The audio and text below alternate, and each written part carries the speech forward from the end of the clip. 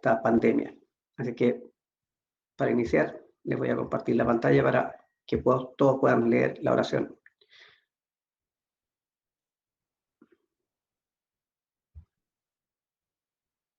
Como le he dicho otras veces, hay otras lecturas del día o qué sé yo, pero a mí esta me ha llamado la atención, me motiva, me despierta curiosidad, interés, creo que refleja muchas cosas y por eso creo que es una buena manera de partir el día. Así es que en el nombre del Padre, del Hijo y del Espíritu Santo, les invito a que seamos parte de este momento de reflexión, oración, con esta oración en este tiempo de pandemia. En este momento de pandemia mundial, oramos por los enfermos y los que sufren, y por todos los que sentimos miedo y ansiedad. Agradecemos a todos los que se encuentran en primera línea, médicos, enfermeras, personal médico y hospitalario, cuidadores, familiares, amigos y desconocidos, y oramos por su seguridad, salud y fortaleza. Señor, acompaña a los doctores, enfermeras, investigadores y a todos los profesionales médicos que andan en búsqueda de sanar y ayudar a los afectados y que corren riesgo en el proceso. Permítele sentir tu protección y paz. Acompaña a los líderes de todas las naciones. Dale la visión para actuar con amor y un verdadero interés en el bienestar de la gente que deben de servir. Oramos por la Madre Tierra, que pueda recuperarse del agotamiento y la devastación que le hemos hecho sufrir y que ella nos ayude a descubrir cómo resistir este virus, cómo restaurar la belleza y diversidad de la naturaleza y cómo renovarnos a nosotros mismos y nuestros estilos de vida. Oramos unos por otros para que podamos ser precavidos sin estar paralizados, ejercer la responsabilidad social y pensar en los más débiles y vulnerables, encontrar formas creativas de conectarnos, mostrar cuidado y compartir compasión. Idear formas de ayudar a quienes se verán más gravemente afectados por las medidas adoptadas para abordar la crisis y escuchar y aprender de esta experiencia. Jesucristo, tú atravesaste pueblos y villas, curando toda dolencia y toda enfermedad. Por tu mandato los enfermos fueron curados. Acude a nuestra ayuda hoy en medio de la propagación global del coronavirus para que podamos sentir tu amor curativo. Cura a todos los enfermos con el virus que puedan recuperar sus fuerzas. Sánanos de nuestros temores, cúranos de nuestro orgullo, el cual nos hace asumir invulnerabilidad ante una enfermedad que no tiene límites. Jesucristo, sanador de todo, acompáñanos en estos tiempos de incertidumbre y pena. Con confianza clamamos al Dios de la vida y la esperanza por misericordia y curación. Amén. Bueno, con estas intenciones que están reflejadas en esta oración, partimos este día de hoy, este último día antes de este pequeño descanso asociado con las fiestas patrias. Y como estaba diciendo al comienzo, es como un pequeño paréntesis, pero a su vez vinculado con lo que estamos revisando, porque les voy a presentar un trabajo relativo al proceso constituyente. Digo un trabajo porque en realidad ha sido una larga elaboración buscando antecedentes y preparando para que a ustedes les sea más amigable y lo puedan entender. Sé que es un proceso que para algunos puede ser como una lata, una cuestión como muy teórica, pero es muy importante. Chile está viviendo momentos históricos, por así decirlo, para algunos con una visión, para otros con otra visión, pero querámoslo o no, las constituciones no se cambian todos los días y el que se cambie o que no se cambie va a depender de la voluntad popular. Eso está muy relacionado con lo que hemos hablado sobre el tema de los derechos que nacieron con la Revolución Francesa y un poco antes, los derechos naturales, la Declaración de los Derechos del Hombre y el Ciudadano, las primeras constituciones, la Constitución de Estados Unidos. Entonces, por eso es que no está tan lejos de lo que hemos estado revisando. Y sobre todo está en la contingencia y ustedes como alumnos de cuarto medio, algunos como ciudadanos activos ya que van a poder participar, necesitan saber de qué se trata lo que vamos a vivir. Entonces, por eso es que les voy a presentar este tema. Espero que sea suficientemente claro, espero alcanzar dentro del tiempo y dejar espacio para que puedan consultar. Así que sin más, voy a ir a mostrarles la presentación que he preparado para eso.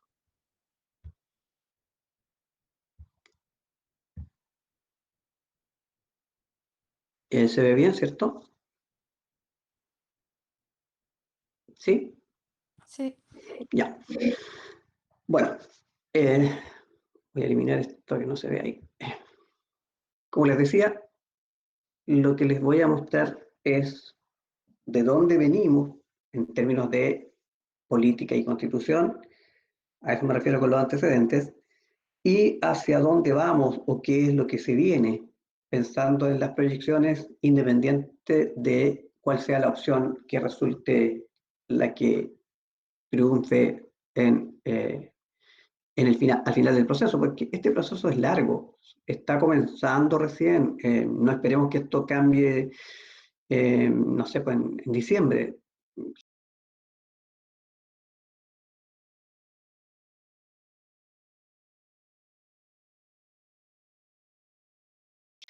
Entonces, por eso quiero explicarles con detalle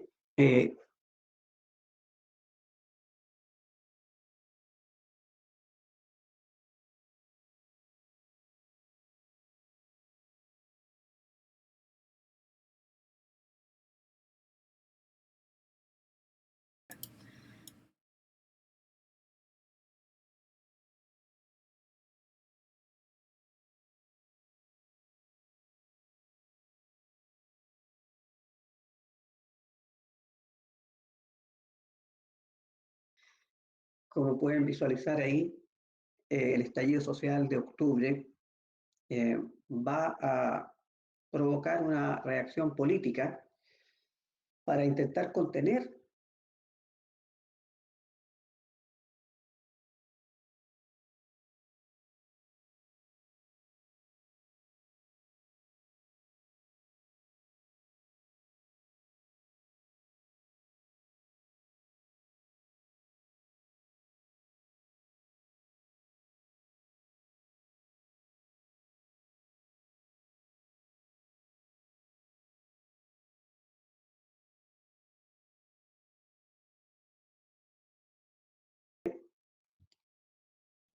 como reacción del mundo político, se genera este acuerdo por la paz y una nueva constitución.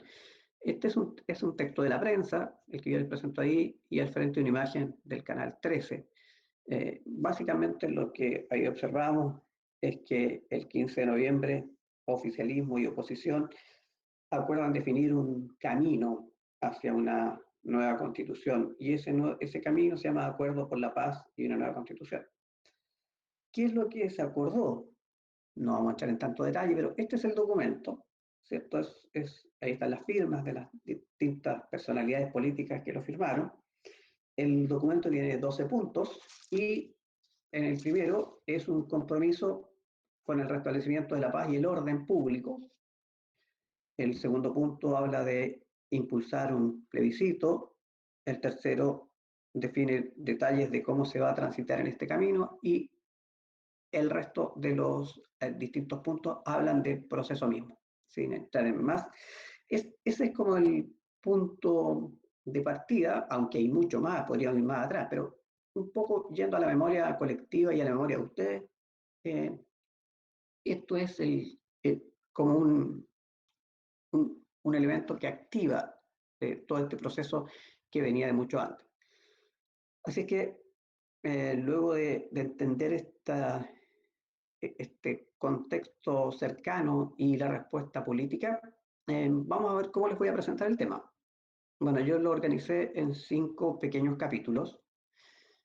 Primero, recordar cosas que ya hemos visto en materia, profundizar un poco en lo que es la Constitución, luego explicar cómo se hacen las reformas a las constituciones, qué ha ocurrido en el mundo, qué ha ocurrido en Chile, eh, qué tipo de procesos se hacen para elaborar constituciones, qué se ha hecho a través de la historia nuestra.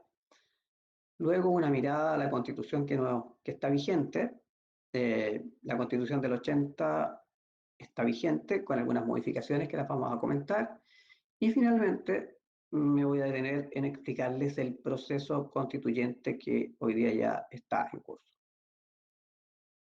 Entonces, para ir en ese mismo orden, frente a la pregunta, ¿qué es una constitución? Yo les ofrezco varias respuestas que en el fondo van complementándose. En primer lugar, es una norma jurídica. ¿Qué significa esto? Que es un acuerdo, es un consenso al que llega la sociedad respecto de algún punto, en este caso de cómo nos vamos a organizar, y a diferencia de las normas sociales, de las normas eh, religiosas, de las normas disciplinarias de un colegio, es una norma jurídica, es decir, tiene el respaldo de la fuerza y del Estado. Entonces, primero que nada, es una norma y es la norma principal. Siempre se suele decir que la Constitución es el marco. Dentro de esta Constitución están las leyes. Ninguna ley puede aplicarse si no se enmarca en la Constitución. Entonces, para que exista un Estado, tiene que existir una Constitución. Si recuerdan, definíamos el Estado como la nación, el pueblo, la gente, la nación políticamente organizada en un territorio. Y eso define lo que es el Estado y determina que esa nación, ese grupo organizado y residiendo en un territorio, tenga soberanía sobre ese territorio. Entonces, sin una constitución, no existe un Estado como lo entendemos hoy día, y no es un concepto tan nuevo, porque recuerden que esto ya es de fines del siglo XVIII, XIX, esta idea del Estado moderno. Así que, por sobre todas las cosas, es una norma jurídica, pero también es una norma superior. O sea, como ya les manifestaba, por encima de la Constitución no existe ninguna otra norma. Ese es el principio de supremacía. O sea, por sobre todas las normas está la Constitución. Y esa supremacía tiene dos dimensiones, una formal y una material. En lo formal, en el fondo, se define el mecanismo para generar otras normas. Por ejemplo, todos los procesos para la generación de una ley. ¿Ya? Y en lo material, se traduce en que tiene cláusulas que las demás normas no pueden transgredir. Es decir, en el ordenamiento político jurídico del país está determinado por esta norma superior que es la Constitución, que es a su vez una norma jurídica. Y esta norma, para asegurar que sea respetada la Constitución, que esté por encima de todo, tiene a su vez controles. Y esos controles se ejecutan a través de mecanismos y a través de órganos. Y entre los órganos está la Corte Suprema, el Tribunal Constitucional y también la Contraloría General de la República, porque para que una norma jurídica se transforme en una ley, se tiene que revisar que sea constitucional, o sea, que no sobrepase ningún derecho, ninguna garantía que tenemos los ciudadanos, y por eso es que existe un proceso que se llama la toma de razón, que es cuando el proyecto de ley, después de varios procesos, llega a ser revisado por la Contraloría General de la República, donde se toma razón, se le pone un número y una fecha, y luego este documento, esta norma, termina siendo publicado en el diario oficial y entra a regir como una ley. También la Constitución es una norma que implica una autodeterminación fundamental. Y esto es muy importante porque esto significa que nadie externo a nosotros nos puede imponer una Constitución. O sea, es la propia nación, la comunidad, ¿cierto? El pueblo, quien se da o acuerda una Constitución. No viene de afuera, no se importa.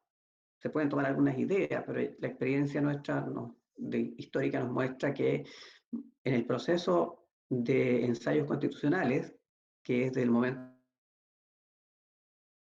en que renunció Boabdil y hasta la batalla del Ircay, del año 23 al año 30, tuvimos una situación de aprendizaje político que algunos catalogan de anarquía y otros de organización, y se probaron distintas constituciones con ideas norteamericanas o federales, o con ideas del liberalismo europeo, pero no funcionaron, porque tiene que ver mucho con la identidad, con la idiosincrasia.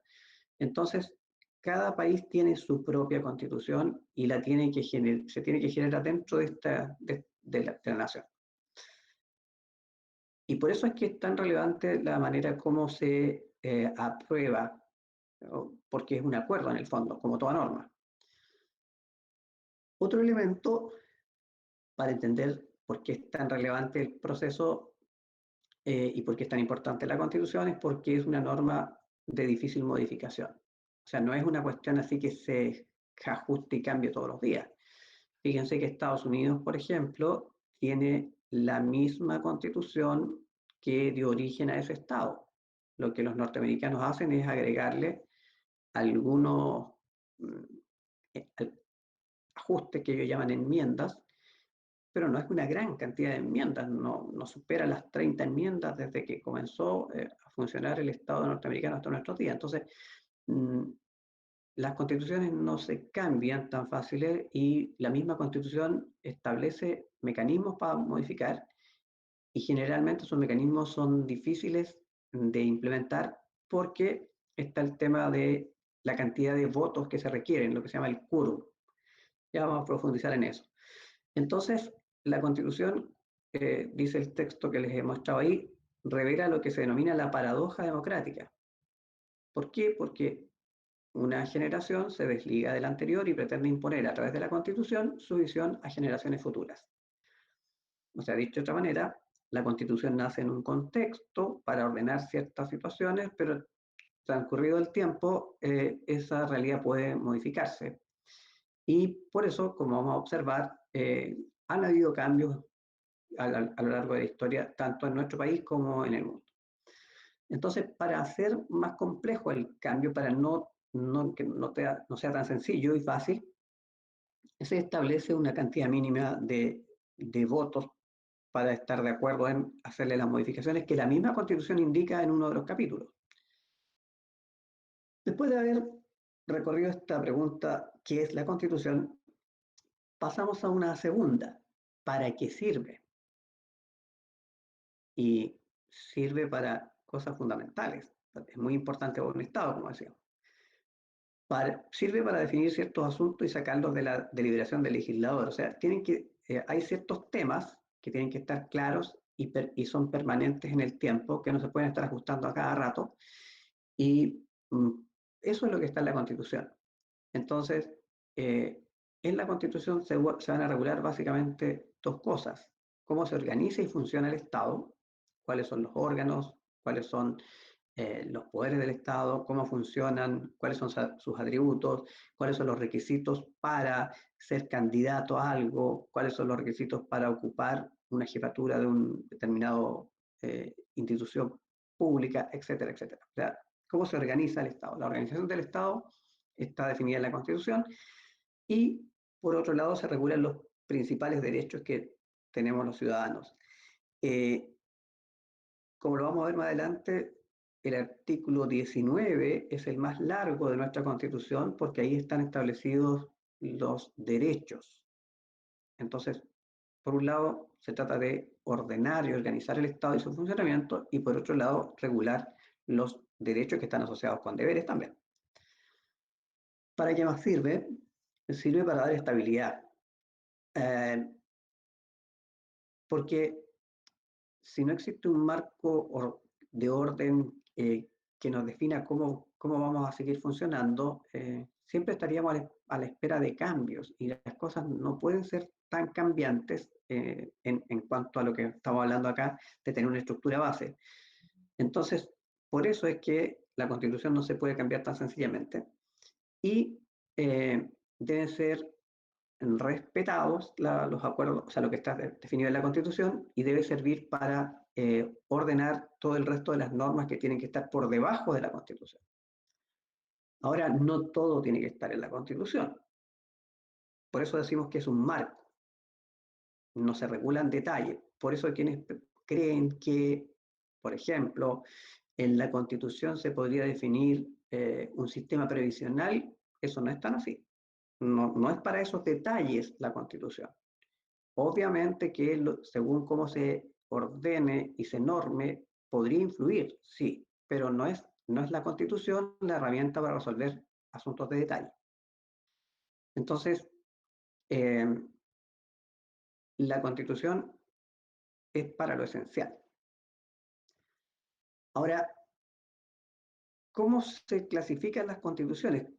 Porque desde el punto de vista del derecho constitucional, al analizar las distintas cartas fundamentales que los distintos estados han dado, eh, se puede hacer una clasificación de las constituciones de acuerdo a distintos criterios, de acuerdo a su origen, a su extensión, a su flexibilidad, a qué tipo de derecho incluye.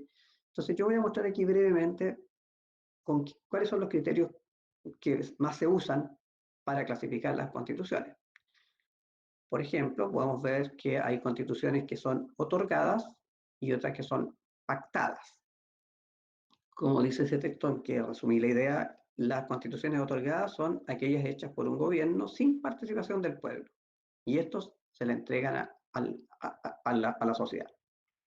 En cambio, las pactadas son aquellas que se hacen por órganos representativos, democráticos y plurales, y que, por tanto, expresan la voluntad del pueblo. Otra manera de clasificar las constituciones es según qué tan complejo es modificarlas. Y en este caso se habla de constituciones flexibles y constituciones rígidas.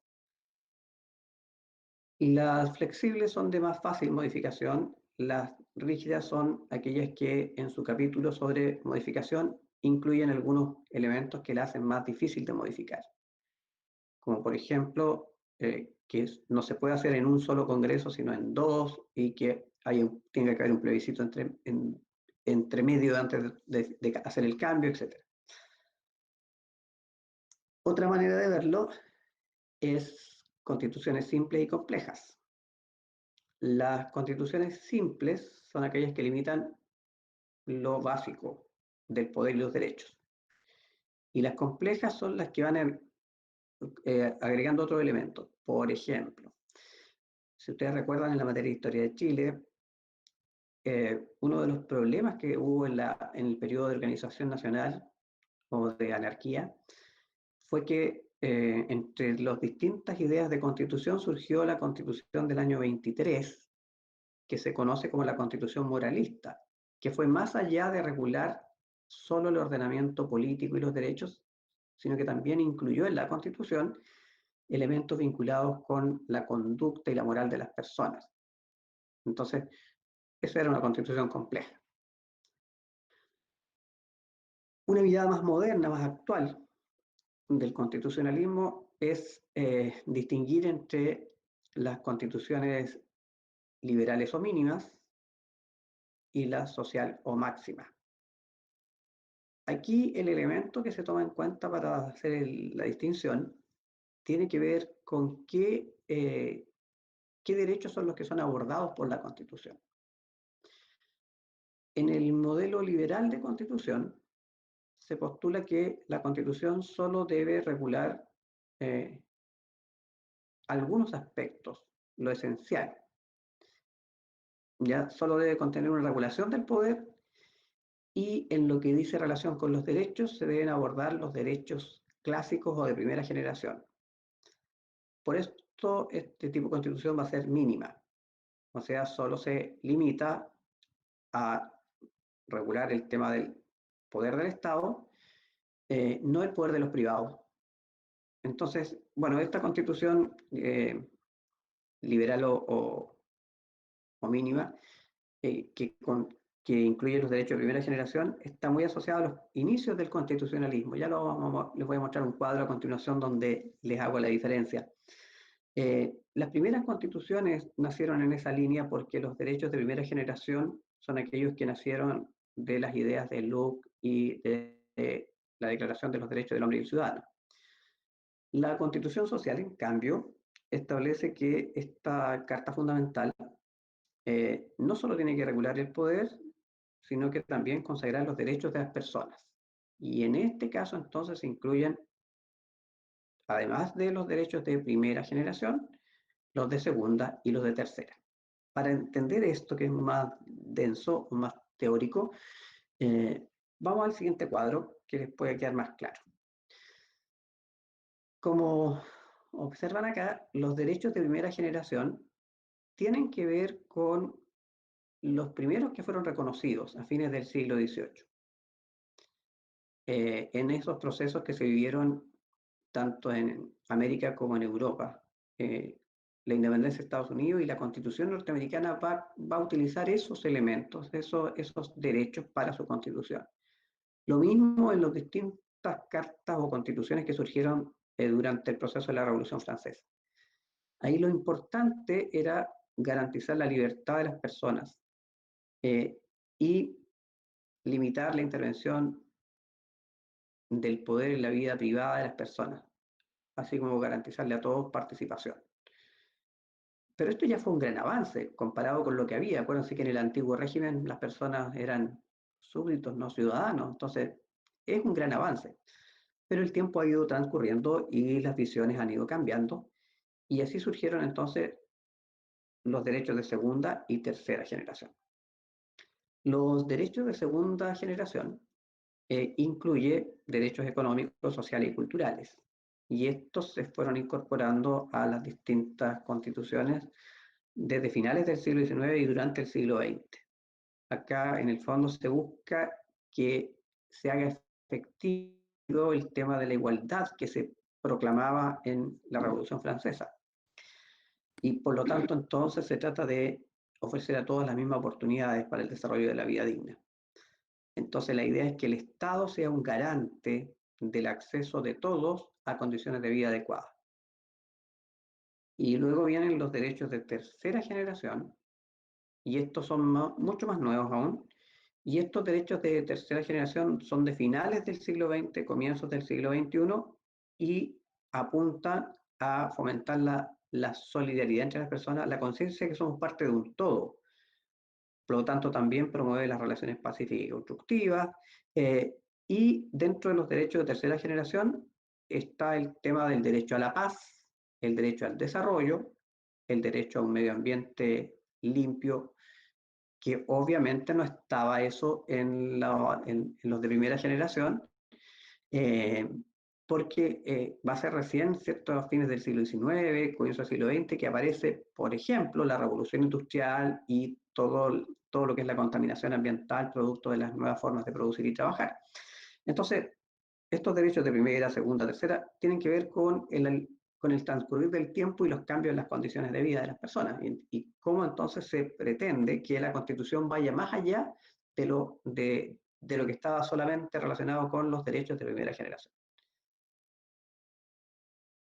Me dicen si voy muy rápido, si hay que retroceder en algo, por favor. ¿Alguna consulta? No, bien. Ya. Espero que les vaya quedando claro a todos. Ya. A continuación, lo que quiero es un poco demostrarles a través de lo que se llama, en este caso, el derecho comparado, pero en el plano de las constituciones, en este caso mirando otras realidades, el tema de la extensión, porque de repente uno puede pensar que una constitución muy reducida, solo un pequeño folleto, es menos importante que una constitución que está en un libro gordo, ¿ya? Pero eso es bastante relativo.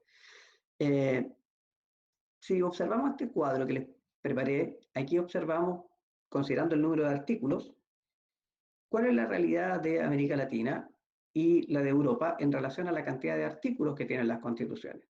Si se fijan acá, Brasil en su constitución solo tiene 83 artículos, mientras que Colombia tiene 380. Si nos vamos a Europa, el que tiene menos artículos en su constitución es Francia, y la constitución con más artículos es Portugal. ¿Cuántos artículos tiene la nuestra? Lo van a descubrir en el avance de la exposición, y por eso les pongo la introducción para que estén atentos para que puedan hacer esta relación. Entonces, eh, no todas las constituciones son exactamente iguales. Eh, Hay algunas normas que son generales y todos las usan, pero cada país tiene la suya y cada país se ha dado su propia constitución.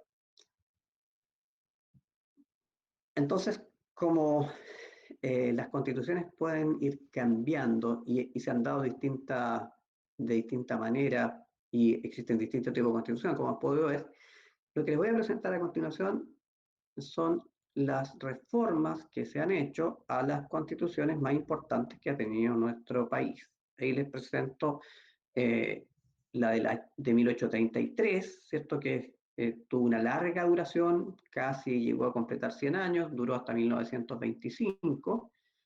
En la Constitución del 33 es la llamada Constitución de inspiración portaliana o la Constitución conservadora. Y esta Constitución del 33 estuvo vigente en Chile en dos tipos de república. En la República Conservadora, que va desde el 31 al 61, y también estuvo vigente con la República Liberal, del 61 al 91. Y más aún, siguió vigente en el periodo de la República Parlamentaria. O sea, con los conservadores en el poder, con los liberales en el poder y con el Parlamento controlando al presidente, estuvo vigente la Constitución del 33. ¿Cómo se pudo hacer eso? Bueno, porque se van manejando las situaciones. Por ejemplo, el periodo parlamentario, o la llamada parlamentarismo a la chilena, se maneja la Constitución para que al presidente se le quiten atribuciones y el Parlamento tome más atribuciones. Por eso me refiero a que se han hecho reformas. No, no es que esté vigente en un 100% desde el 33 hasta el 25.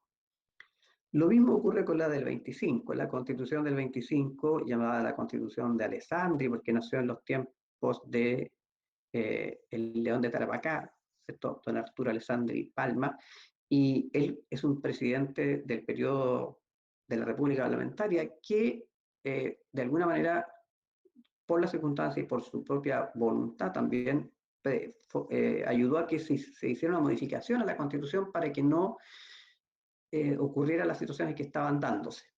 Y la constitución del 25, que va a ser presidencialista, va a estar vigente hasta 1973, cuando en un día como hoy, ¿cierto?, hubo un golpe de Estado que puso fin al régimen democrático y por lo tanto la constitución del 25 dejó de tener vigencia desde ese momento, porque la Junta Militar que tomó el poder va a gobernar a través de actas constitucionales, no a través de constituciones. No hubo constitución desde 1973 hasta 1980.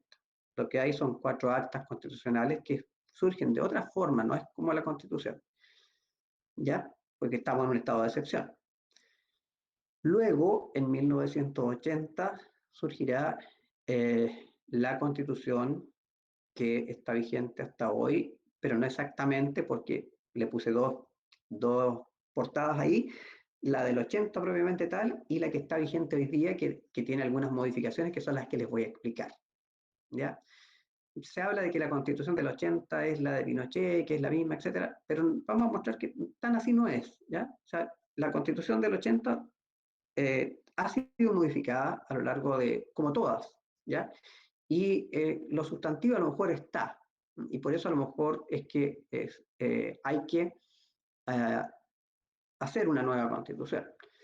Pero veámoslo con calma. Bueno, aquí les quiero mostrar en este cuadro cuáles han sido las primeras reformas que se le han hecho a estas 3 constituciones que estamos analizando, la del 33, la del 25 y la del 80.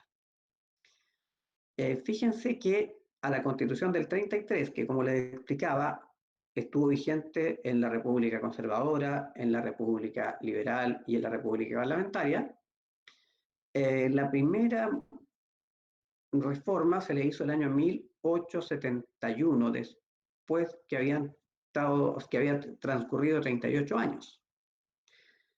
A la constitución del 25, la primera reforma se hace el año 1943, después de 18 años de vigencia.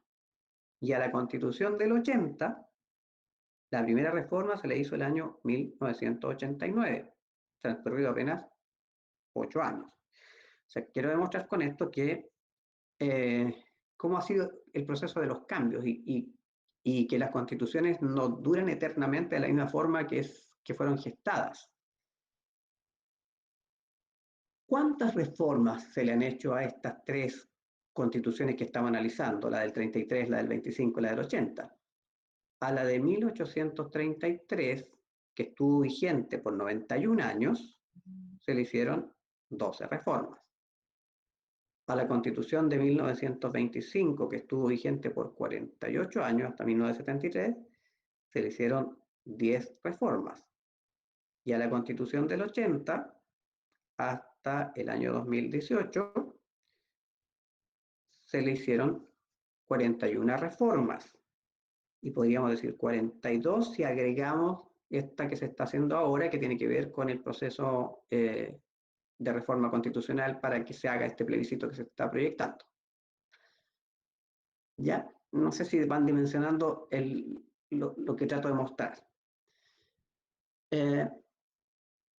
¿Cómo partieron las constituciones? ¿De qué manera se gestaron? ¿En qué contexto? ¿Qué estaba pasando en cada momento cuando surgieron estas distintas cartas fundamentales que nuestro país ha tenido? La Constitución del 33 nació a raíz de que la Constitución del 28, la llamada Constitución Liberal de José Joaquín de Mora, debía ser realizada con un plazo que estaba establecido, pero se adelanta esa revisión. Y además hay un problema político interno, que es el enfrentamiento entre liberales y conservadores, que terminó con una guerra civil que llevó a que se enfrentaran militarmente estos dos bandos y se produjera entonces la batalla del Ircay, y ahí Ramón Freire, dirigiendo a los liberales, se enfrentó con Prieto, que dirigía a los conservadores, ganaron los conservadores y los liberales entonces van a ser algunos perseguidos, expulsados, encarcelados, los líderes militares, y el bando conservador toma el control y el poder, y va a ser durante este periodo conservador que se va a instaurar la Constitución de 1833, como digo, la Constitución llamada conservadora, la Constitución portaliana. Ya. Ese es el contexto de origen de qué estaba pasando en el momento en que surge esa Constitución. Vamos a la del 25. Bueno, ¿qué dificultades habían? Esta Constitución se hizo con un Congreso cerrado.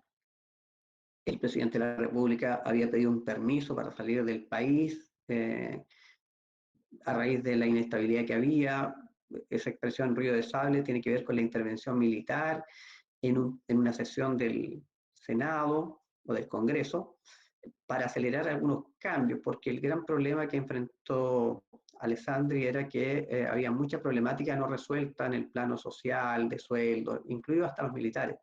Entonces, en razón de esta circunstancia y de la poca posibilidad que tenía el presidente de cambiar las cosas, porque había un predominio del Parlamento, los militares se presentaron en el Parlamento.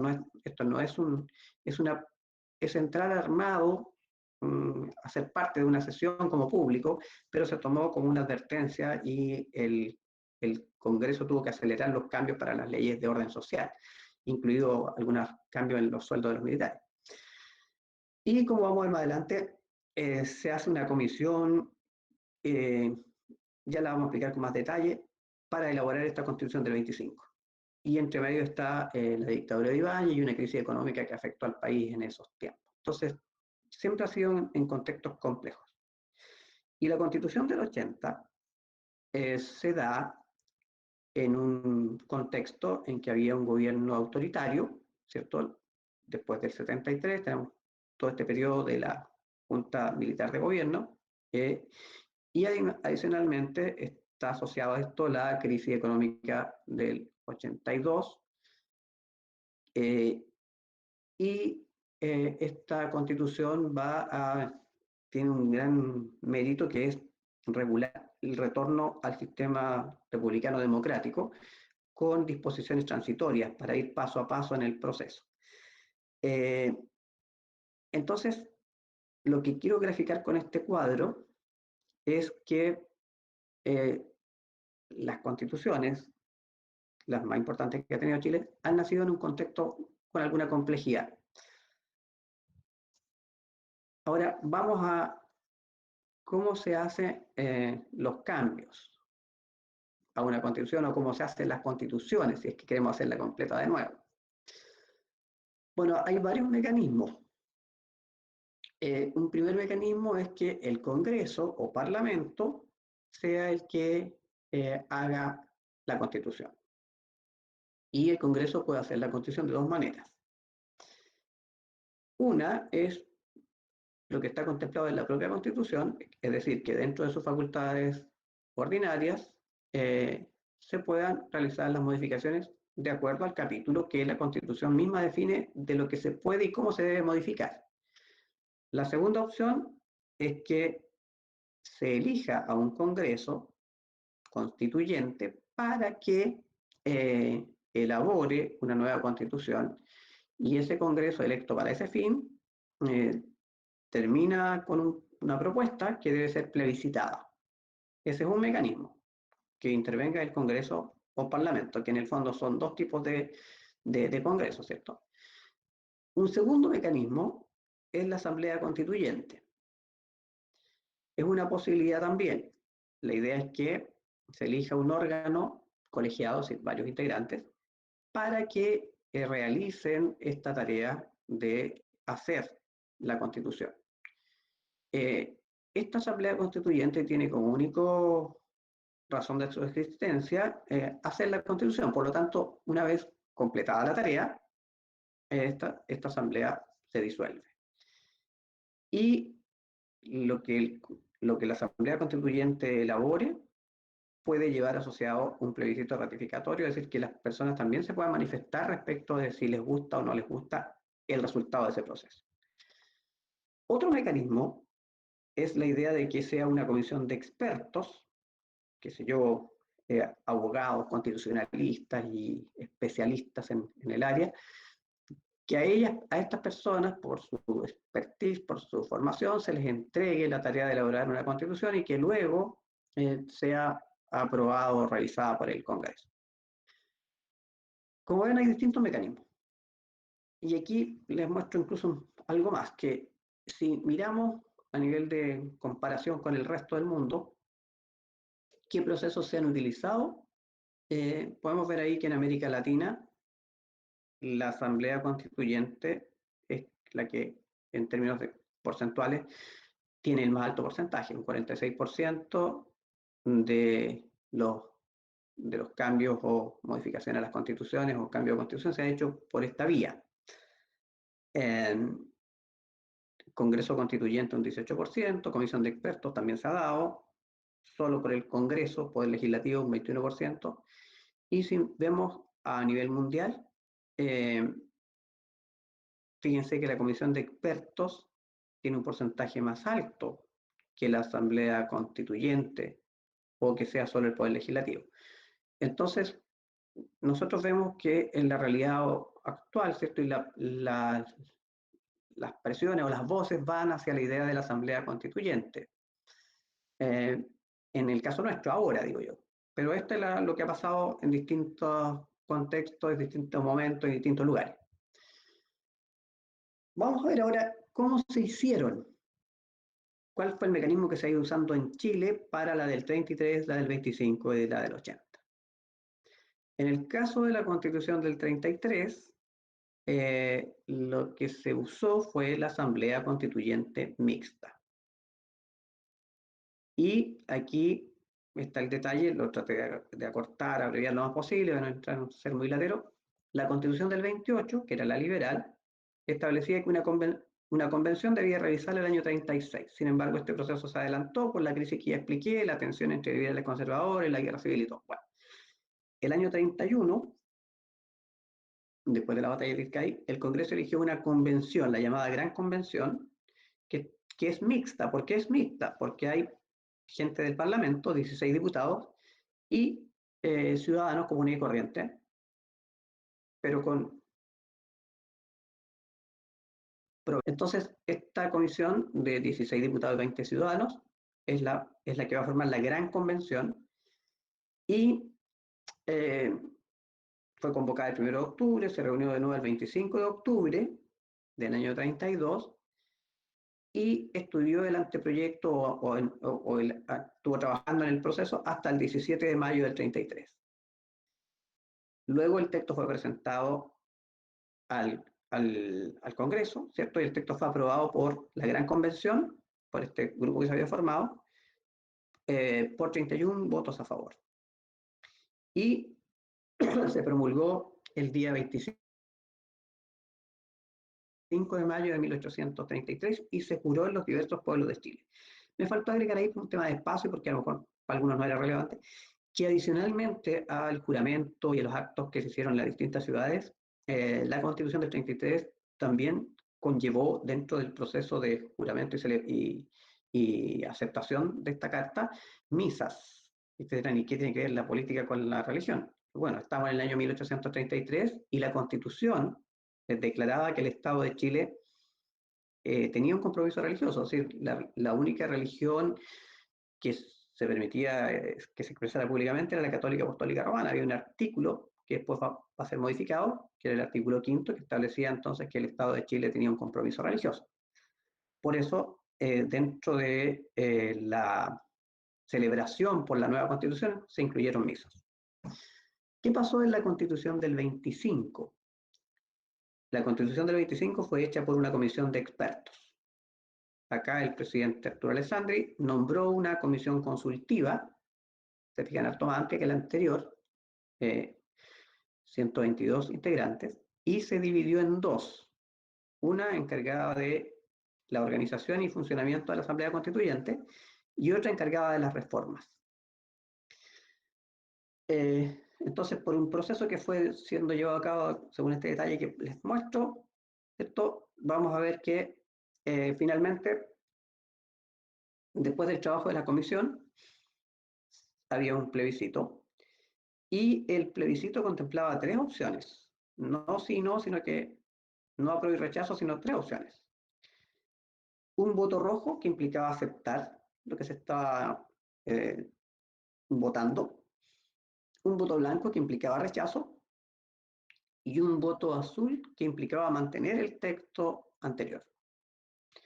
El resultado de este plebiscito fue que la alternativa de la nueva carta tuvo un apoyo de 127.483 electores, la de mantener 5.448 y la de rechazo 1.490 electores.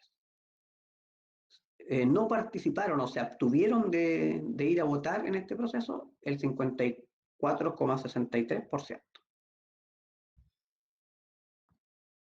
Eso lo agregué porque de repente uno dice, ¿y qué tanta validez va a tener un plebiscito en el que la gente se abstenga? Es una posibilidad. En este caso, por ejemplo, el 54,63% no votaron. Vamos a lo del 80. En el caso de la Constitución del 80, esta Constitución en esta situación particular en la historia de nuestro país fue hecha por la Junta de Gobierno.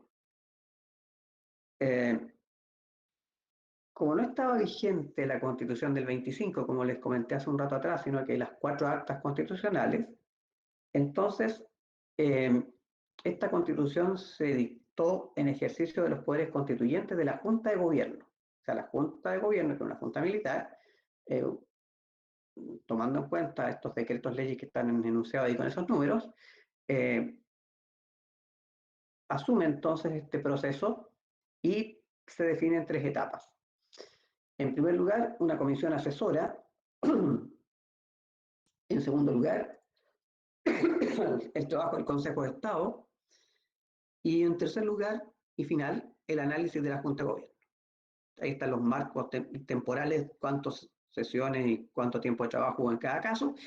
Y finalmente, por decreto ley 3.465, se convocó a un plebiscito para el día 11 de septiembre de 1980. Y en ese plebiscito habían dos opciones, sí, no, y entre medio entonces toda una campaña que también hoy día vamos a ver que Chile también está en este proceso de campaña, ¿cierto? Y en esta campaña del sí y del no, el resultado en el día del plebiscito fue que por el sí se manifestó un 65,7% y por el no un 30,19%. Estamos ya más de la mitad de la presentación, así que les ruego paciencia, ya va a llegar el momento actual. Vamos ahora a comentar brevemente qué características tiene o tuvo y tiene, sigue vigente, la Constitución del 80. Bueno, en lo esencial, y siendo muy reduccionista en lo que voy a exponerles ahí, las características originales del primer texto de la Constitución del 80, tenemos un presidencialismo reforzado, o sea, el presidente tenía mucha autoridad, los militares están incluidos en el proceso político, el pluralismo casi no existía, en el Senado había senadores designados y en el proceso electoral estaba el sistema binominal, la Constitución es rígida, y es rígida porque para hacerle cualquier cambio, porque contempla un capítulo de cambio, se requiere un quórum muy alto. La democracia no estaba funcionando, estaba debilitada, estábamos en un proceso de recuperación de la democracia, había restricción de la actividad partidaria y de la actividad sindical, el Banco Central era autónomo, había un equilibrio presupuestario y se protegía la iniciativa empresarial privada y el derecho a la propiedad. El Estado vivió todo un proceso de privatización, las empresas del Estado. Eh, Existía el recurso de protección y se establecía un régimen transitorio para ir instalando esta nueva constitución. Aquí yo dejé planteado cuántos capítulos, ¿cierto?, tenían las constituciones de los otros países. Bueno, aquí vamos a ver cuántos capítulos y cuántos artículos tiene nuestra constitución vigente. Y aquí les estoy mostrando la primera edición con ese tono café, ¿cierto? Y acá estamos hablando de en azul. ¿Por qué? Porque ha tenido modificaciones. Bueno, los capítulos de la Constitución llevan estos títulos: bases de la institucionalidad, nación y nacionalidad y ciudadanía, derechos y deberes, ahí donde yo le decía que el artículo 19 es uno de los más extensos y más largos porque están todas las libertades que tienen los chilenos, que tenemos los chilenos. Después viene un capítulo dedicado al gobierno y cómo funciona, al Congreso y cómo funciona, al Poder Judicial y cómo funciona, o sea, los tres poderes del Estado, Ministerio Público, Tribunal Constitucional, Servicio de Justicia Electoral, Contraloría General de la República, Fuerzas Armadas de Orden y Seguridad, Consejo de Seguridad Nacional, Banco Central, Gobierno y Administración, y el capítulo 15 que establece cómo se reforma. Entonces, como podemos ver, nuestra Constitución tiene 129 artículos y 15 capítulos. No está dentro de las más extensas, como las que veíamos, ¿cierto? Tampoco dentro de las más breves. ¿Qué mecanismos de reforma se establecían en el capítulo 15 de la Constitución? Bueno, se pueden hacer reformas a la Constitución por leyes que se aprueben en el Congreso. Se puede modificar completa la Constitución, un capítulo, un artículo completo o un inciso. No hay materias de iniciativa exclusiva, cada capítulo tiene un quórum especial. Ese es el detalle. O sea, hay ciertos capítulos que requieren de un alto quórum para que puedan ser modificados. Obviamente son esos capítulos que se refieren a la estructura del sistema para que no cambie.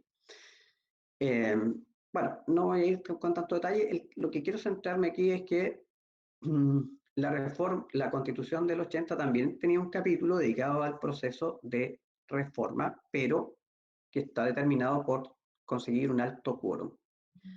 Y aquí les muestro cuánto quórum requieren los distintos capítulos. Cuando yo les pongo ahí 3/5 o vemos 2/3, en el caso de los 3/5 estamos hablando que se requiere de un 60% de los votos y cuando hablamos de 2/3 se requiere de un 67% de los votos. O sea, los capítulos 1, 3, 8, 11, 12 y 15 requieren de una mayoría significativa de acuerdo.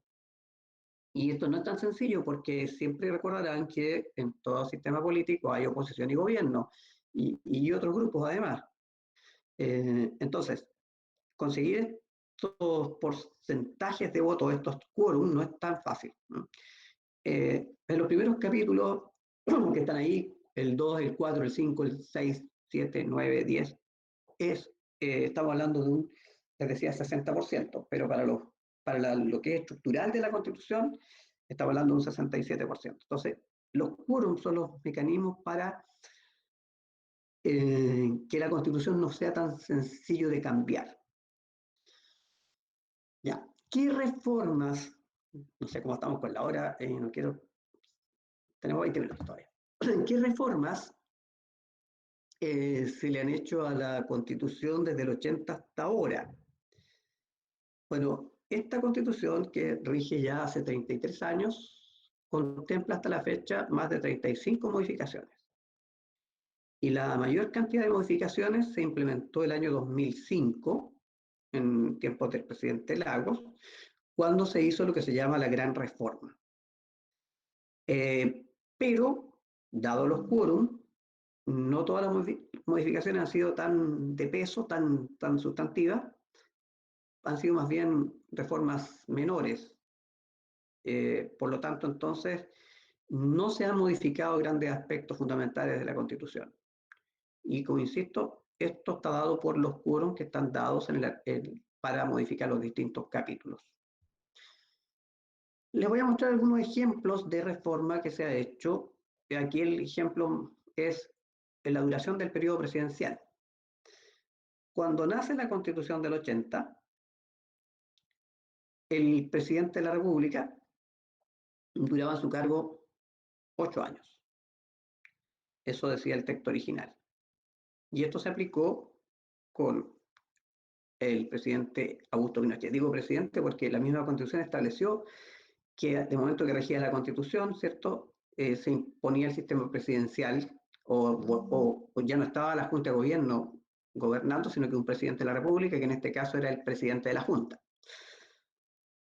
Luego se cambió de 8 a 4 años a través de la ley 18.825 y eso determinó que el gobierno de Patricio Aylwin durara 4 años.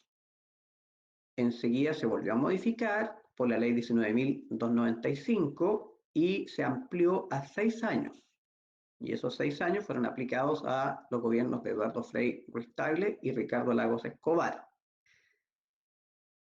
Por la ley 20.050 se volvió a modificar otra vez a 4 años, ya la duración del cargo, y eso determina entonces que los siguientes gobiernos, los 2 gobiernos de la señora Michelle Bachelet y los 2 gobiernos de Sebastián Piñera Echenique sean de 4 años.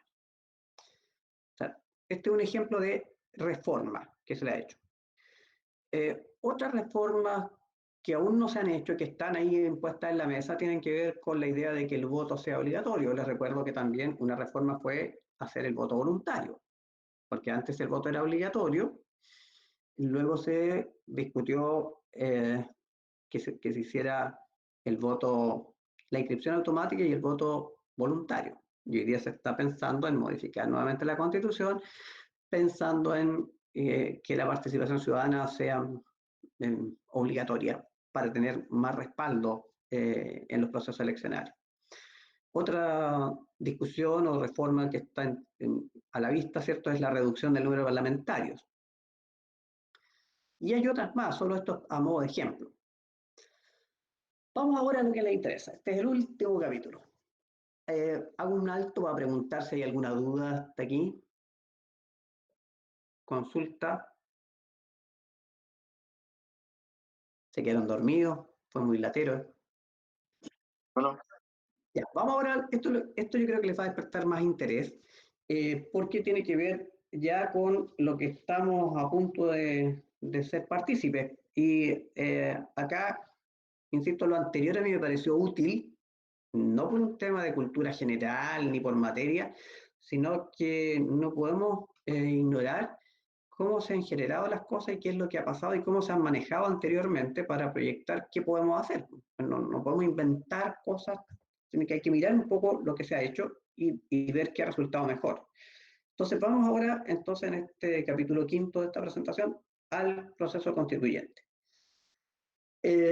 Cito aquí una nota de prensa, ¿no es cierto? Ese era el titular de esta publicación, donde dice: luz verde a reforma habilitante del proceso constituyente. Con 38 votos a favor y 3 en contra, el Senado aprobó los números 1, 2 y 3 del artículo único de la reforma constitucional, con lo cual el proceso constituyente quedó a firme, posibilitando el plebiscito de abril. ¿Ya? Esta noticia es de, abajo está la fecha, de 19 de diciembre. Ya, asimismo, en esta misma nota decía que por 23 votos a favor y 14 en contra, la sala desechó, por no alcanzar el quórum requerido, ahí está otra vez el quórum, el numeral 4 de la iniciativa que buscaba incorporar la paridad, la inclusión de independientes y escaños reservados para el pueblo originario. Eso no se aprobó. Bueno, con esta determinación o decisión del Senado, queda claro que viene un plebiscito nacional. Y así entonces, por decreto exento 2445 del Ministerio del Interior y Seguridad Pública, se ha convocado a la ciudadanía a un plebiscito nacional con la finalidad de manifestarse respecto de la elaboración de una nueva constitución política. Y ahí tenemos la publicidad del plebiscito del 2020. ¿Cuándo será el plebiscito? Que inicia el proceso constituyente, porque ahí parte recién el proceso. ¿Y qué vamos a votar en ese plebiscito? Bueno, inicialmente el plebiscito se haría el 26 de abril, ¿cierto? Pero, como todos sabemos, el hombre propone, Dios dispone, dice un dicho. Cambiaron las circunstancias, ¿cierto? Apareció esta pandemia, el coronavirus, y dada la situación, fue necesario hacer una recalendarización, posponer este plebiscito. Y así entonces tenemos un nuevo cronograma en el que el plebiscito debiera realizarse el 25 de octubre. El debiera está porque cuando yo preparé esto fue en agosto y la primera semana de septiembre. Ahora ya está más claro, ¿cierto?, que se va a realizar.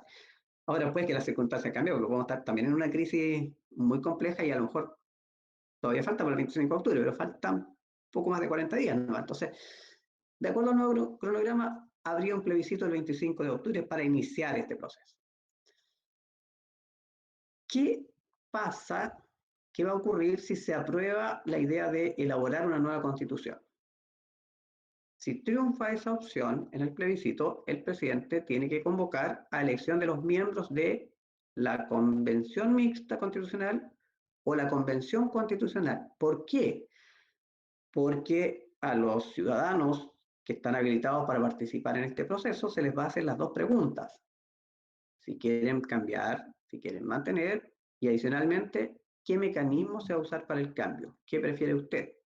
¿Convención mixta o convención constitucional? Y por eso es que es importante que se dé esta información, que la gente acceda a la información, porque hay gente que no entiende la diferencia o no le interesa entender, y va a votar así sin saber qué está eligiendo. La convención mixta incluye parlamentarios y ciudadanos, y la convención constitucional solo personas que van a trabajar con ese único fin. Esta es la definición, ¿cierto?, que está en el texto de la propuesta de reforma. La convención mixta, como dice ahí, son 172 miembros, 86 son ciudadanos electos y 86 son parlamentarios, o sea, diputados o senadores. Eso es mixto. Y la convención constitucional, según el mismo texto, la misma fuente, se señala que por elección popular y con la finalidad de proponer a la ciudadanía una nueva constitución, 155 ciudadanos serán electos para este efecto. Y estas personas no podrán ser candidatos a cargos de elección popular mientras ejerzan su función y hasta un año después, porque su función es exclusiva, es elaborar la Constitución y terminada su tarea se disuelve. Vamos a lo que viene entonces. Pero primero es el plebiscito. Primero tenemos que saber cuál es la opción de las personas, de los ciudadanos, si aprueban o rechazan, y qué mecanismo es el que se va a optar de acuerdo a los votos de este plebiscito que lo organiza el Servicio Electoral. Primero, para que tengan una idea más clara, aquí tenemos quiénes son las personas habilitadas para votar según el Servicio Electoral. Este es el padrón electoral. Tenemos más de 14 millones de chilenos habilitados para votar, 250.000 inhabilitados, 44.513 mesas, y fuera del país hay 58.135 personas habilitadas, 21 inhabilitados y 216 mesas, dependiendo de dónde esté la población. Hay países que van a tener 2 mesas, etc. Si analizamos ahora ese padrón electoral en términos de hombres y mujeres, se da la realidad de cómo se distribuye la población. Hay un poco más de mujeres que hombres en Chile, y por lo tanto entonces el padrón electoral tiene un 51% de mujeres y un 49% de hombres. ¿Cuáles son las fechas relevantes? Ya sabemos que comenzó el periodo de propaganda, y el 25 de septiembre comienza la franja electoral. Importante quizás es entender que el CERVEL va a publicar el 3 de octubre la nómina de los vocales de mesa para que sean parte de este proceso, y esas personas son convocadas para estar ahí todo lo que dure el periodo del plebiscito, ¿cierto? Que se hagan cargo del registro, de identificar a las personas, de entregar el voto. También hay un periodo para presentar excusas, qué sé yo, por distintas razones, por temas de enfermedad, de ser mamá recientemente, alguna dificultad física, desplazamiento, hace que las personas puedan presentar excusas.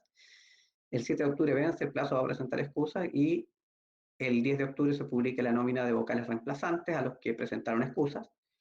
El 20 de octubre vamos a conocer recién el facsímil real de la cédula de votación, aunque ya se han mostrado algunas ideas, ¿cierto?, en televisión, pero no lo conocemos, el real todavía no está hecho. El 22 de octubre termina la propaganda y el 25 de octubre es el plebiscito. ¿Cómo se vota? Bueno, el día del plebiscito, los ciudadanos que estén en condición de poder votar, ¿cierto?, que estén incluidos en el padrón que comentamos, van a recibir 2 votos. El voto 1 se pregunta, ¿quiere usted una nueva constitución? Y las opciones que puede marcar son apruebo o rechazo. Aquí un dato reciente, ¿cierto? Hace 2 días ya que se aprobó la normativa de cómo va a ser este proceso, y los que tengan que ir a votar tienen que llevar su propio lápiz. Y curiosamente, esta vez no se va a votar con lápiz de grafito, sino que con lápiz de pasta azul. Y ahí cada persona lleva su lápiz, no se le va a pasar un lápiz, y su cédula no la van a entregar directamente, la van a mostrar, y hay que ir con mascarilla, y hay todo un proceso de distanciamiento físico y limpiarse los zapatos, entrar a la sala.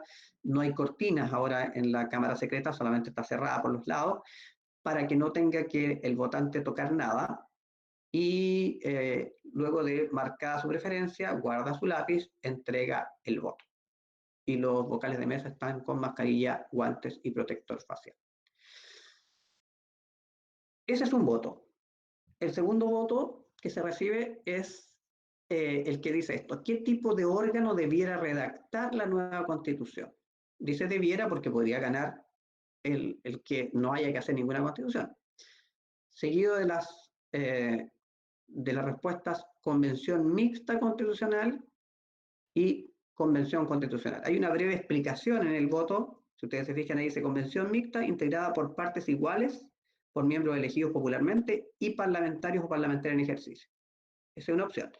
La otra opción es convención constitucional, integrada exclusivamente por miembros elegidos popularmente. ¿Qué pasa si se rechaza elaborar una nueva constitución? Si gana la opción rechazo, permanece vigente la constitución del 80 y no se hace una nueva constitución. ¿Por qué podríamos decir que este proceso constituyente pudiera fracasar? Bueno, podría fracasar porque la opción no obtenga mayoría, por lo tanto, entonces no hay un avance más. También podría fracasar si la Asamblea Constituyente no llega a acuerdo, porque la Asamblea Constituyente, sea mixta o no, la que sea la que se elija, necesita concordar un texto con 2/3 de sus integrantes. Puede que no lleguen a eso y por lo tanto sea complejo y no se logre dentro de los plazos que está establecido. Y por eso entonces pudiera ser que no tuviéramos el texto en los tiempos para volver a ser plebiscitado. Y también puede ser que la propuesta que se presente, sometida a plebiscito, tampoco se acepte y en ese caso también seguiría vigente la constitución actual. ¿Qué pasa si se aprueba la opción de elaborar una nueva constitución? Si gana la opción de elaborar una nueva constitución, el presidente tiene que convocar a elección de los miembros del tipo de convención que gane, la convención mixta o la convención constitucional, según sea el resultado de la votación. Esta elección se llevará a cabo el 11 de abril de 2021, cuando se elija alcaldes, concejales y gobernadores. Y también va a haber votos para los integrantes de la convención. ¿Quiénes podrán ser candidatos o candidatas para ser parte de esta convención? Bueno, los que cumplan con el requisito del artículo 13, que se los voy a mostrar enseguida, de la Constitución Política, es decir, los mismos elementos que tienen que cumplir todos los ciudadanos. Y a su vez, no pueden ser candidatos ni ser parte como funcionarios de algunas reparticiones públicas. Lo mismo pasa con los que tienen algún cargo gremial o vecinal. Tienen que suspender esas funciones para ser candidatos. Entonces, tienen derecho a ser candidatos las personas que cumplan con estos requisitos. 18 años de edad, sin haber cometido delito que merezca pena aflictiva, o sea, no tener una sanción de 3 años y un día. Los ciudadanos con derecho a sufragio que se encuentran fuera del país van a poder votar desde el extranjero. Y otro aspecto que señala este artículo es que tratándose de chilenos a los que se refieren los numerales 2 y 4, que están más abajo, los hijos de padre y madre chileno nacidos en el territorio extranjero, o los que obtuvieron especial gracia de nacionalización por ley, y que hayan vivido en Chile por más de un año, también son ciudadanos, o sea, podrían ser, cumplen con los requisitos para ser candidatos. ¿Qué plazos hay para elaborar una nueva constitución? No importa cuál gane, la convención mixta o la convención constitucional 100% electa, va a haber un periodo de 9 meses para redactar la constitución. Si no alcanzan en ese periodo, se pueden dar 3 meses más. Y una vez que esté redactada la nueva constitución, habrá un plebiscito otra vez, que se llama plebiscito de salida, en el que la ciudadanía podrá aprobar o rechazar lo que se proponga. Ese es el plebiscito de salida o también llamado plebiscito ratificatorio. Y para este plebiscito es que se está pensando en reformar la Constitución respecto del sufragio y que ya no sea voluntario, sino que sea obligatorio. Y la persona que no vota va a ser multada con 0,5 a 3 unidades tributarias mensuales y tendrá que hacerse presente en el juzgado de policía local para pagar esta multa por no haber votado. Bueno, si el asunto que se plantea a la ciudadanía en el plebiscito de salida fuera aprobada, el presidente, dentro de los 5 días siguientes a tener el resultado de este plebiscito de salida, tiene que convocar a Congreso Pleno para que en un acto público y solemne se promulgue y jure o prometa respetar y acatar la nueva Constitución.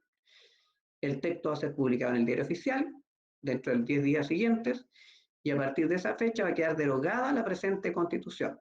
Pero ojo, queda derogada, entra en vigencia la siguiente, pero no es tan fácil, porque hay un montón de cosas que van a estar incluidas, están incluidas en la Constitución, entonces no se pueden derogar así de un paraguaso todo de una vez. Entonces, lo que sigue a continuación es que con la nueva Constitución se va a iniciar un proceso largo de adaptación al nuevo sistema y dentro de las variables asociadas con esta adaptación está la misma ley, la jurisprudencia, o sea, las decisiones complementarias a las leyes que se hayan tomado, y los comentarios a la Constitución. O sea, hay que hacer todo un ajuste. No es que pasamos de una Constitución a otra automáticamente. Ahora, ¿por qué va a ser una Constitución nueva o sería nueva, a pesar de que va a tener muchas cosas que no pueden modificarse tanto? Bueno, primero va a ser una nueva Carta Fundamental por el proceso, porque va a ser la primera Constitución que tengamos en democracia, porque recuerden en qué contexto surgieron las otras tres, o sea, las anteriores, con plebiscito y con intervención ciudadana y con una asamblea constituyente si es que gana esa opción. También va a ser nueva por el texto, aunque lo más probable es que muchos artículos no se modifiquen, por ejemplo, nacionalidad, ciudadanía, hay un montón de artículos que van a mantenerse prácticamente iguales. Entonces, podrá reformularse su redacción, perfeccionar algunas cosas, pero algo va a quedar del anterior, pero va a ser nuevo el texto. Y también va a ser nuevo por el resultado, porque se aspira a que la participación sea amplia y a que con un voto obligatorio todos tengan que manifestarse finalmente si es que llega a darse esta opción de hacer una nueva constitución. A modo de cierre, solo agrego este texto: las constituciones no brindan soluciones inmediatas a todos los problemas sociales. Eso hay que tenerlo claro. Pero sí fijan un marco dentro del cual es posible moverse y establecer principios y valores que han de encaminar el actuar estatal y particular de aquí para adelante.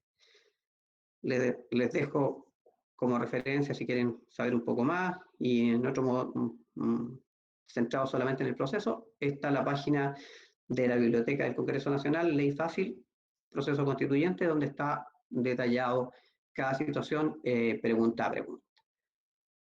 Así que eso es lo que yo les quería compartir.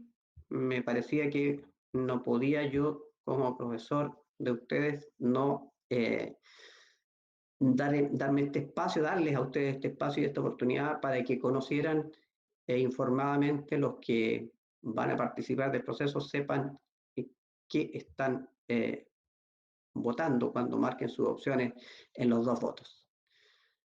¿Alguna pregunta?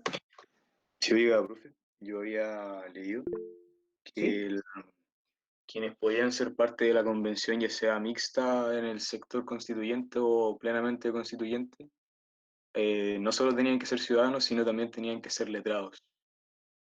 Sí, esa expresión, claro, saber leer y escribir es un principio básico. Sí, a eso se refiere. O sea, no puede ser alguien que no tenga un manejo mínimo porque se va a trabajar en un proceso que es complejo. O sea, no puede ser alguien sin instrucción. Sí, pero, profe, eso es lo que yo le iba a preguntar. Es que letrado significa eso Sí, es de muy ambiguo. ser Estoy de analfabeto. acuerdo contigo. No, debiera ser más concreto. Debiera ser, no sé, que con la enseñanza media completa, por lo menos. Porque acuérdense que para ser diputado se requiere solo eso. No hay que tener un título. Entonces tampoco le van a poder poner un requisito mayor a los que sean miembros de una comisión. Ya. ¿Alguien más tiene consultas? Si les parece, no se me ocurrió grabar, pero les puedo subir la presentación. Si en el fondo, si es que les interesa, la subo, aunque no es parte de lo que es materia, pero si les interesa, no tengo problema en subirla. ¿Ya? Sí. Ya, pues son las 10:24, me pasé igual 4 minutos, pero traté de dejarles las cosas más o menos ordenadas y claras. Eh, Si no hay consultas, como les decía, a las 12:10, 12:15, los que estén en clase en esa hora, los profesores los van a enlazar sus su plataforma va a ser enlazada con una presentación que va a estar asociada con la página del colegio, que tiene que ver con las fiestas patrias protagonizadas, entiendo, por algunos alumnos, algunos profesores, otros funcionarios, que al igual como hemos hecho todos los años, antes de comenzar la semana de descanso de fiestas patrias, había un acto folclórico patriótico. Bueno, eso mismo se va a hacer a las 12:15. Entonces, la idea es que estando en clase en ese horario, el profesor va a conectarse con me imagino que lo harán a través de YouTube, no sé, y ahí entonces todos podemos ser parte de ese acto. Y si ustedes quieren que su papá o su hermano chico o alguien que no esté en el colegio también lo vea, entiendo que va a estar en la página del colegio el enlace para conectarse. Y los que tenían clase conmigo más tarde, bueno, las clases llegan hasta el acto solamente, previo a estas vacaciones, excepto que tengan algún compromiso especial que hayan contraído con algún profesor para hacer una prueba o algo, pero en general las clases terminan con el acto de patriótico. Sería por mi parte entonces, pues, que estén muy bien, aprovechen de descansar, tomen aire, es lo único que van a poder tomar, eh, bueno, en su casa, con su familia y resguardándose siempre, para que nos encontremos de nuevo y estemos todos saludables y podamos terminar el año. Me imagino que su papá ya les contaron de la reunión que tuvimos anoche, sobre cómo nos estamos proyectando y vamos a ver si eso resulta con relación a lo que es finalización de año, licenciatura en WAC y pregúntale a su papá si no le han comentado a los que estuvieron en la reunión. Tuvimos una interesante reunión, conversamos, dieron ideas y vamos a tratar de hacer algo que sea digno de una finalización de un proceso, como en el caso de ustedes, que algunos llevan 12, 14 años en el colegio, entonces no podemos hacer algo virtual, teniendo la posibilidad en un espacio amplio. Lo más probable va a tener que hacer por cursos separados, por la cantidad, por el aforo que se permite legalmente. Ya pues jóvenes, ha sido un placer. Lamentablemente no les pude dar mucho espacio porque estaba como muy apretado con el tiempo para que fueran preguntando en cada temática, pero como les voy a subir la presentación y si les surgen dudas o consultas me las hacen. Que tengan un buen día y un merecido descanso. Nos vemos entonces. Gracias, Chao, Steve. profe. Muy bien. Dice, Gracias. Chao, profe. Nos vemos.